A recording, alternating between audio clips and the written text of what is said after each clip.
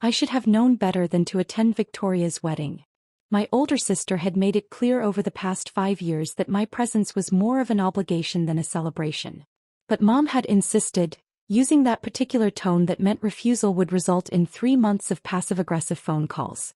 The Riverside Grand Hotel was Victoria's choice. A sprawling venue with crystal chandeliers and marble floors that screamed expensive taste. She'd married Marcus Caldwell, a senior partner at his father's investment firm, the kind of man who wore his privilege like a second skin. I arrived wearing a simple navy dress I'd grabbed between board meetings. Nothing flashy.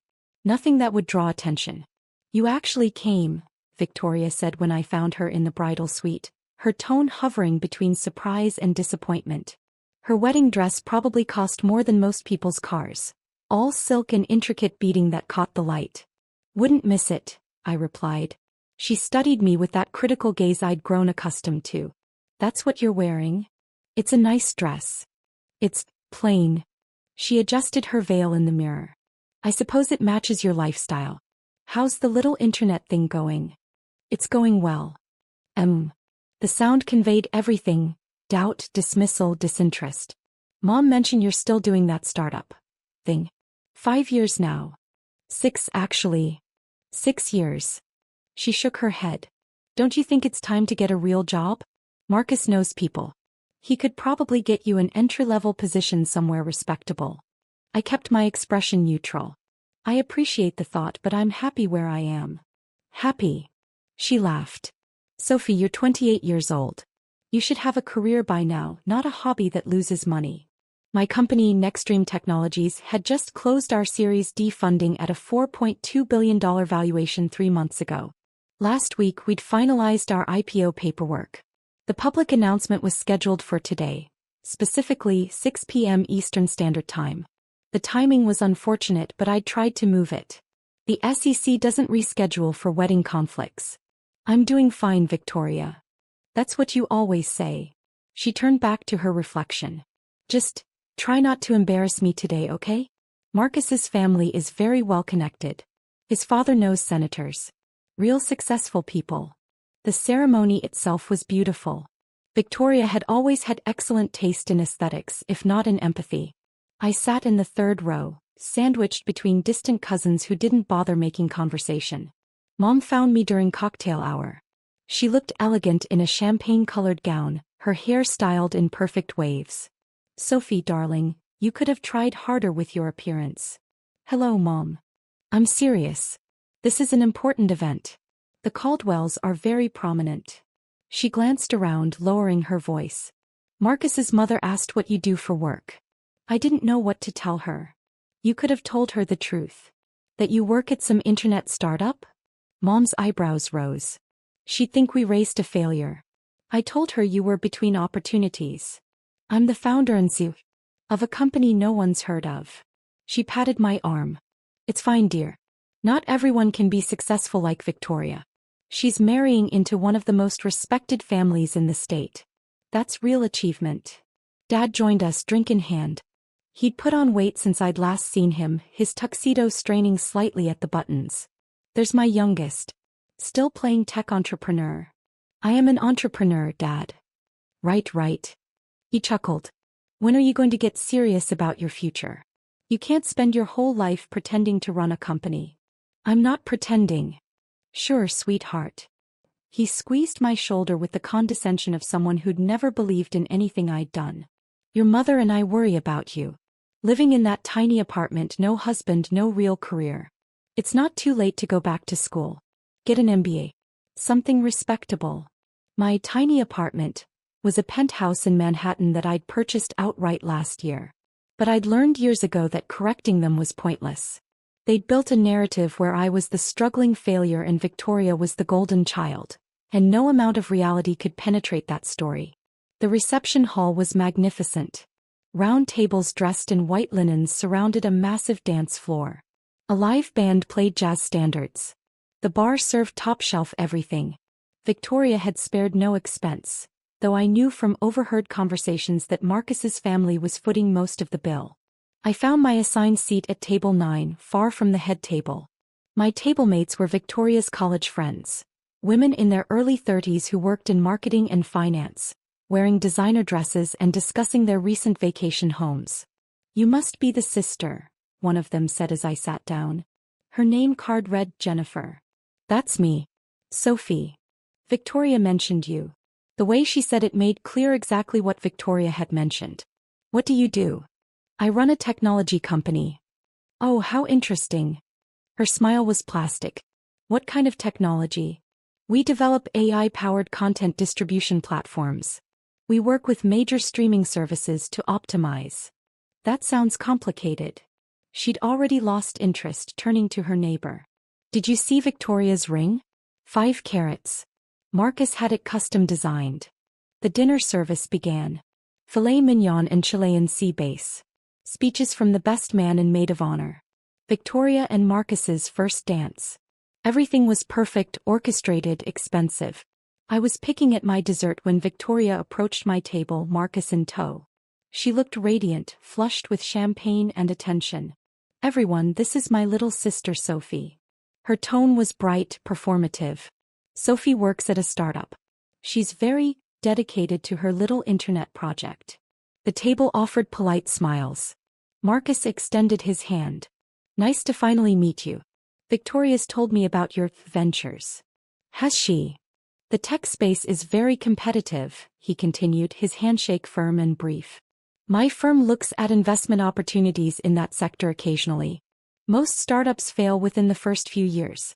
The ones that survive usually get acquired for pennies on the dollar." "Some do better than that," I said. Sure. The unicorns. But those are exceptions." He draped his arm around Victoria's waist. "The realistic path is to build something modest, sell it to a bigger company and move into a stable corporate role. That's the smart play." Victoria beamed up at him. "Marcus knows everything about business. His father's fund has over $2 billion in assets." "Impressive," I said. "What's your company valued at?" Marcus asked with the casual cruelty of someone who assumed he already knew the answer. "We don't usually discuss that publicly." "That means it's not much." He laughed. "Look, no judgment. Everyone has to start somewhere. If you ever want real career advice, I'm happy to introduce you to our HR department. We're always looking for motivated people willing to start at the bottom." "That's generous." "Family helps family," Victoria said, squeezing his arm. "Even when some of us are more successful than others."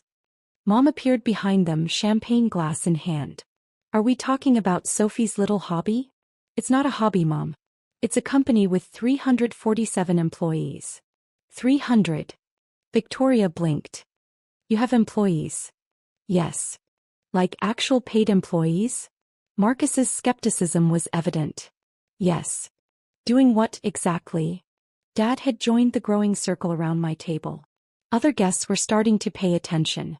"We provide AI-driven content discovery and distribution technology to streaming platforms.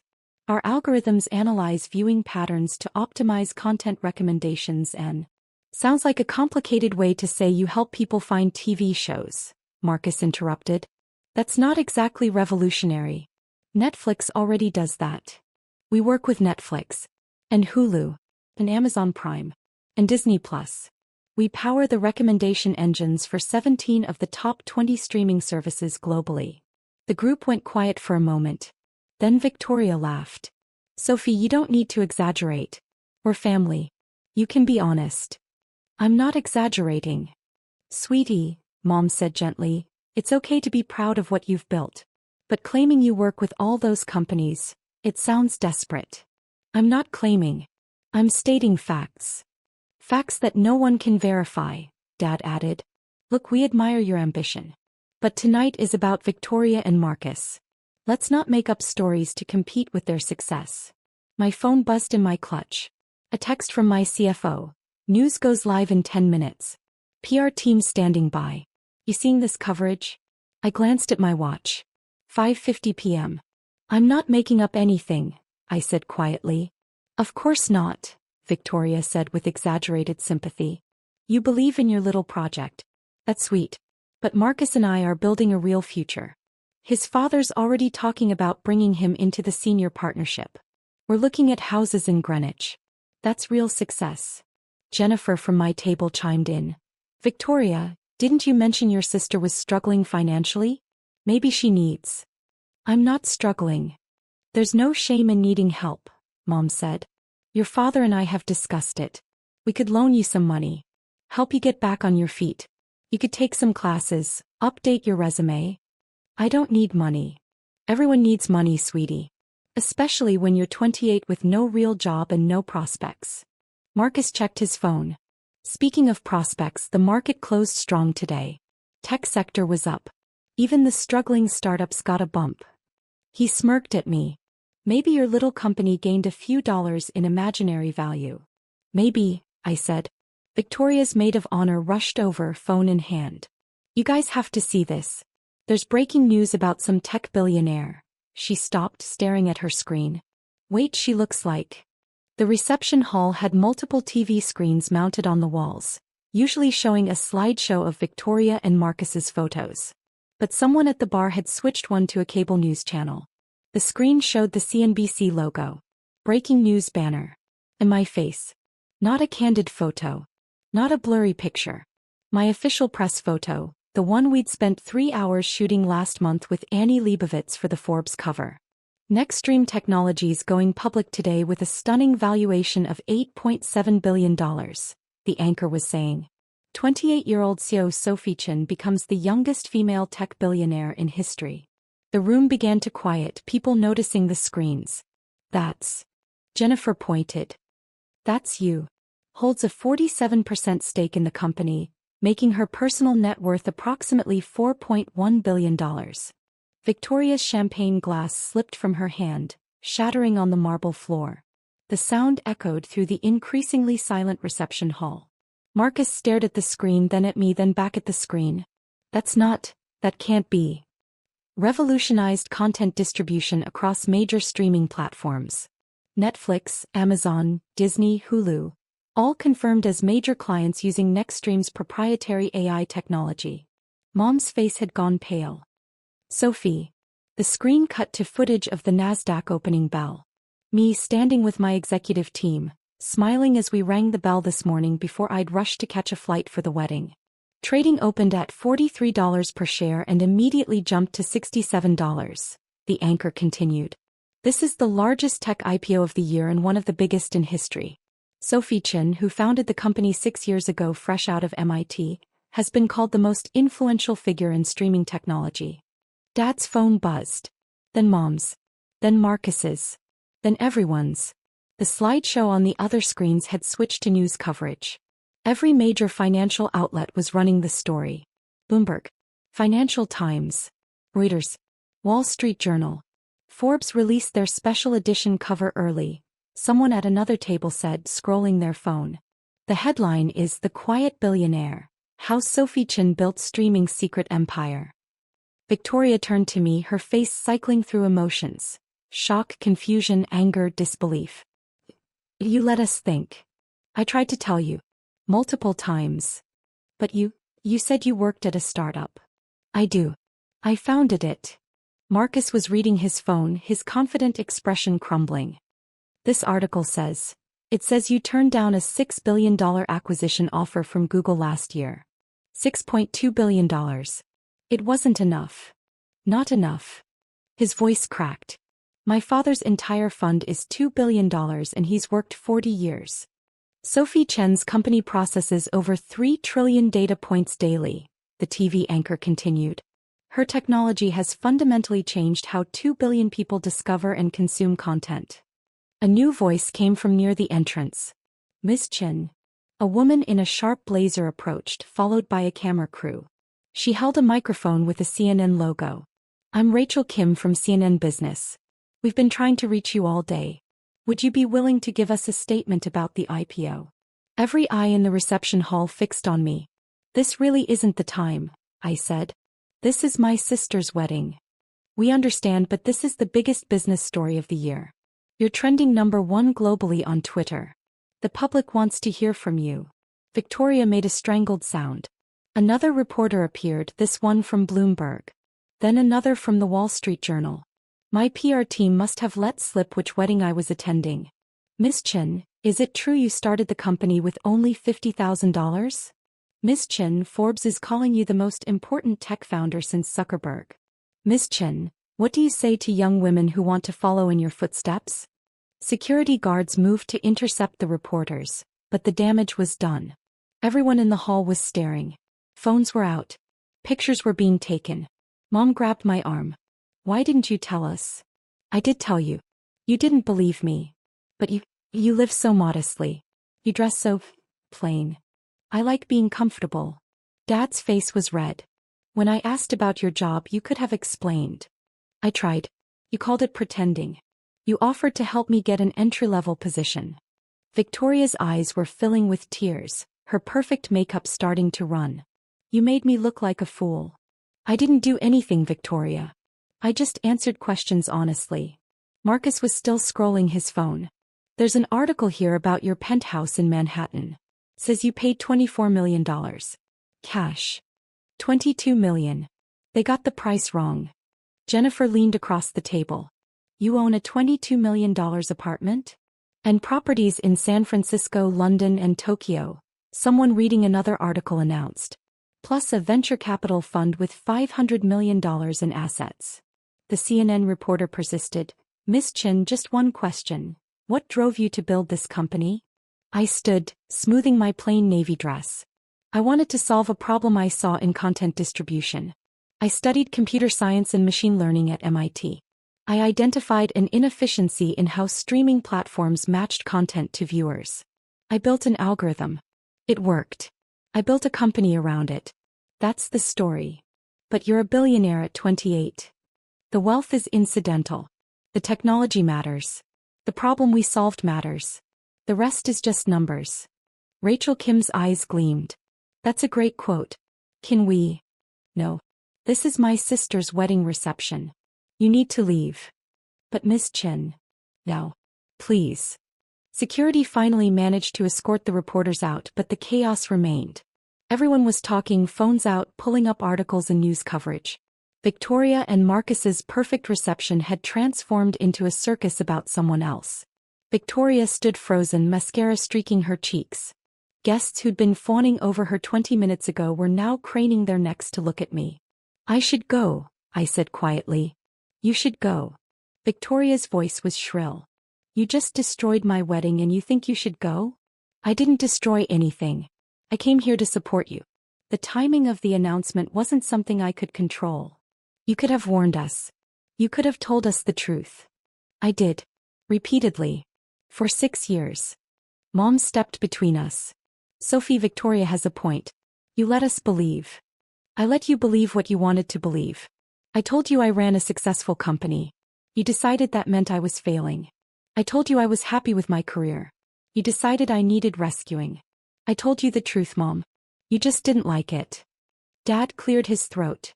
Well, this is quite a surprise. Is it? I looked at him. Is it really surprising that I built something? That I'm good at what I do? Or is it just surprising that you finally have to acknowledge it? That's not fair. What's not fair is spending 6 years having my family treat me like a charity case while I was building one of the most valuable companies in tech. What's not fair is coming to my sister's wedding and being introduced as the family failure while my face is literally on the cover of Forbes. Marcus's phone rang.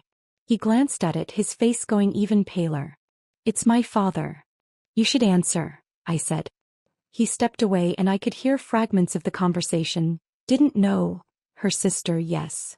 I called her startup modest. Oh God. Victoria's maid of honor appeared with tissues, trying to salvage the makeup situation. Guests were still clustered around their phones, the reception's careful choreography completely derailed. The Wall Street Journal article says you're being compared to Steve Jobs, Jennifer said, her earlier dismissiveness replaced with eager attention. It says your technology is as revolutionary as the iPhone. That's hyperbolic. It says Netflix's stock jumped 12% when they announced the depth of their partnership with Nextstream. The market overreacts. Mom touched my arm gently. Sophie, I don't understand. If you're so successful, why do you live so simply? Why don't you dress better? Why don't you talk about it? Because the work matters, not the performance. I don't need designer clothes to write better code. I don't need people to know my net worth to solve technical problems. I built something meaningful. That's enough. But we thought. You thought I was struggling because I didn't perform wealth the way Victoria does. Because I didn't brag. Because I focused on work instead of appearances. I picked up my clutch. I need to go. My team needs me for interviews. Sophie, wait. Dad reached for me. What? He struggled for words. We're proud of you? Are you? Or are you just impressed by the dollar amount? That's not. It is. If the IPO had been $100 million instead of $8 billion, you'd still be calling it a hobby. If I'd sold for $50 million and retired, you'd say I quit. The only thing that's changed is the number is big enough that you can't ignore it anymore. Victoria finally spoke, her voice small. I didn't know. I know. You could have made me understand. I tried, Victoria. For 6 years. You weren't interested in understanding. You were interested in winning. In being the successful sister. In having the better life. I gestured around the elaborate reception. You got your perfect wedding. You got your rich husband. You got everything you wanted. The only thing that's changed is you found out I wasn't the failure you needed me to be to make your success feel complete. That's not true. Isn't it? She didn't answer. Marcus returned, his face ashen. My father wants to. He'd like to discuss potential investment opportunities with Nextstream. He said our firm could. We're not seeking investment. We just went public. Right. Of course. I just meant, he'd like to meet you. Professionally. I'm sure he would. Mom dabbed at her eyes. Sophie, please don't leave angry. I'm not angry, Mom. I'm tired. I'm tired of being underestimated by the people who are supposed to know me best. I'm tired of being treated like a project that needs fixing. I adjusted my clutch. But mostly I'm just tired because I've been up since 4 a.m. for the IPO, flew 6 hours to be here, and still have a board meeting at 9 a.m. tomorrow. You flew here directly from the stock exchange? Dad asked. Of course. Victoria invited me to her wedding. I wasn't going to miss it. Even though you what? Treated me like a failure? Is that? Even though. Because that's what family does. We show up. Even when it's hard. Even when we're not appreciated.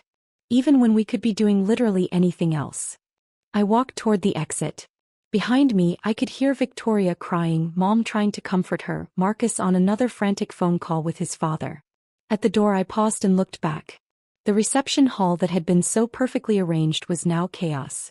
Guests huddled in groups, scrolling phones, watching the news coverage that was still playing on every screen. Victoria, the bride, stood in the center of it all, her perfect day unraveled. Part of me felt guilty. A small part. But the larger part, the part that had spent 6 years being dismissed, doubted, and patronized, felt something else entirely. Vindication. My phone buzzed. My assistant, Tesla's outside. CNN wants a live interview in 20 minutes. Forbes wants to move up your cover story. And your mention on Twitter just hit 2 million. I stepped out into the cool evening air. A crowd had gathered outside the hotel. Reporters, photographers, people who'd seen the news and wanted a glimpse of the suddenly famous billionaire. Miss Chin. One photo. Miss Chin. How does it feel? Miss Chin. What's next for Nextstream?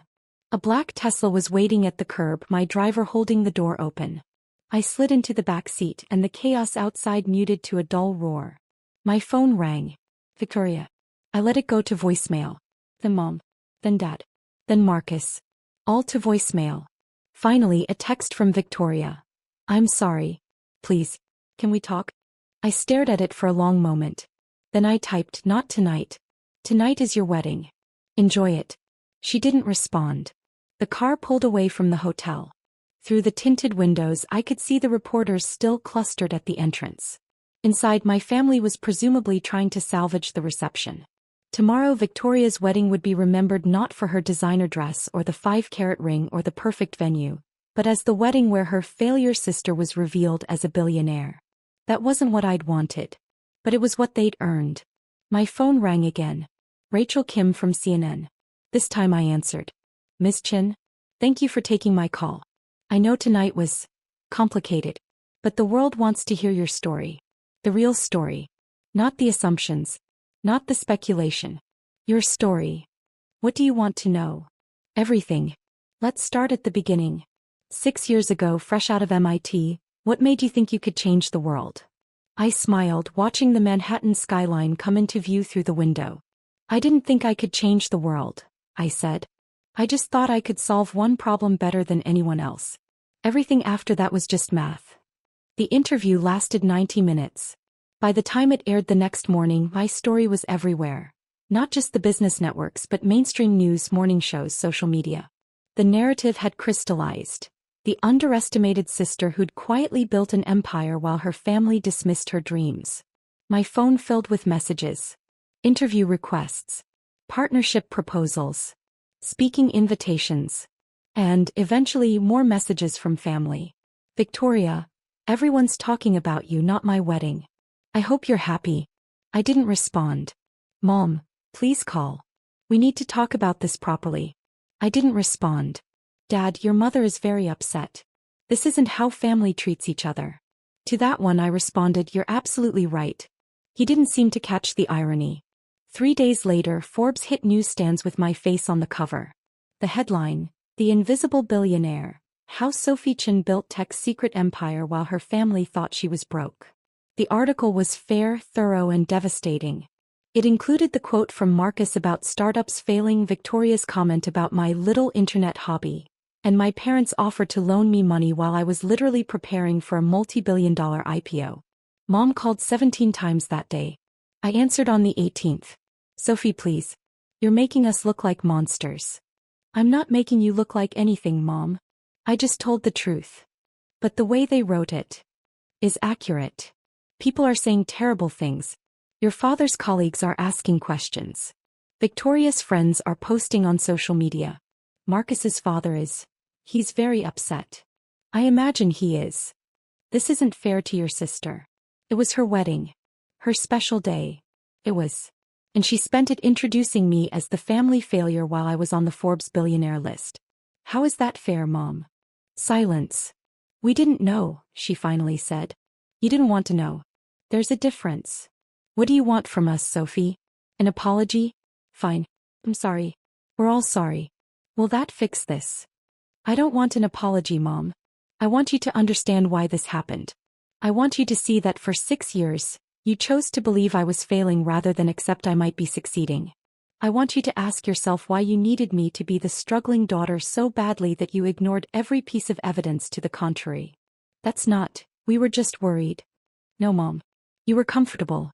It was easier to have one successful daughter and one that needed saving. It made Victoria's choices look better and gave you a project to fix. But I never needed fixing. I just needed my family to believe in me. He started crying. I do believe in you. Now you do. Now that everyone else does. Now that it's on TV and in Forbes and impossible to deny. But when it was just me telling you about my company, showing you my work, trying to share my success, you didn't believe me then. And that's the difference, Mom. That's the part that hurts. I hung up. The story took on a life of its own. Think pieces about family dynamics and success. Articles about women in tech and the double standards they face. Discussions about how we define achievement and who we choose to believe. Victoria deleted her social media accounts. Marcus's father's firm issued a statement about supporting emerging tech leaders that everyone recognized as damage control. My parents stopped calling. But the world kept spinning. Nextstream's stock stabilized at a valuation that made us one of the top 100 companies in the world. I hired 200 more employees. We signed 3 new major platform deals.